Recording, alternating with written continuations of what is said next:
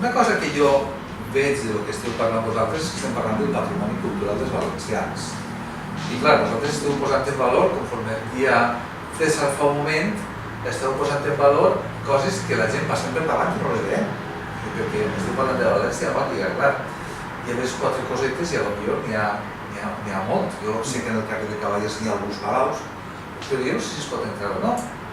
Potser sí, potser no, però si no n'hi ha algú que sigui tècnic i s'hagi après la molèstia de saber on estan i com entrar, etc., probablement passin per la porta tota la vida i no sabem que ahir n'hi ha coses que podrien ser interessants de veure.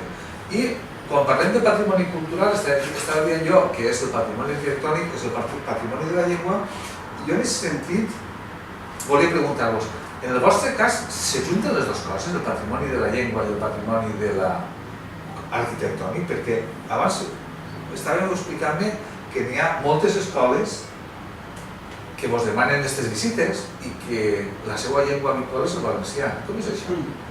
Sí, molts escolars demanen en valencià a molts grups, sobretot quan ve gent de la Ribera, de la Safor, també de l'àrea metropolitana o fins i tot dins de València.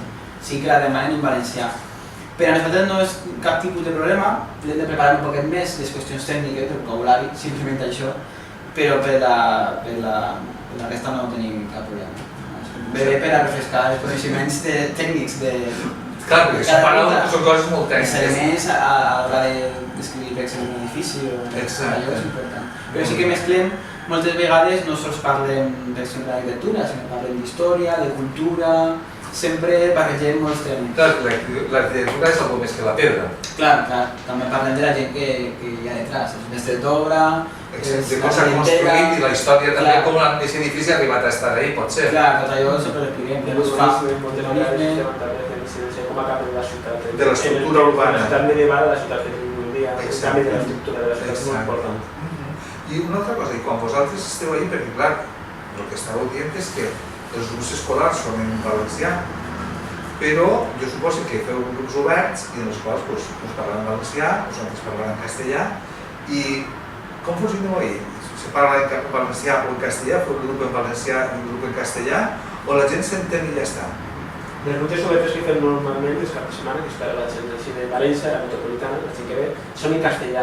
Nosaltres fem en principi l'explicació en castellà, a vegades preguntem si hi ha algun problema, perquè fem l'explicació en valencià. No hi ha hagut mai cap problema, en aquest sentit no hi ha cap problema ni discussió, indistintament, i la gent després, a nivell particular, moltes vegades, quan anem caminant per el grup, el que fa és preguntar-nos en valencià les qüestions que té dubtes i nosaltres atenem a la gent perfectament, tant en valencià com en castellà. O sigui que vosaltres no teniu problema quan la gent vos parla. O sigui, vull dir, de cara al grup, la gent no protesta perquè vos parleu en valencià. Està molt normalitzat i és una cosa molt oberta en aquest sentit. O sigui que en el vostre cas la llengua sí que aprofita per a comunicar-se. I si tot per exemple, quan fem la ruta, per exemple, dels gremis i els tallers, entrem a conèixer els artistes, els artesans, i alguns sí que expliquen en valencià, i mai cap persona s'ha dit pots parlar en castellà que no t'entenc? O sigui, el grup que van allí visitant no heu tingut mai cap problema perquè la gent vos diga. Clar, això vol dir que efectivament el grup està organitzat, està convocat en castellà, però de sobte podeu passar en un moment en valencià, en un moment en castellà, vull dir que en realitat la llengua per a vosaltres és un recurs més per a poder atendre al vostre. I a més, la gent que ve moltes vegades, la majoria de la gent que ve, les coses que les rutes és gent molt oberta. En aquest sentit no fica cap problema, és gent amb molt d'interès cultural, per donar-se la ciutat i és gent.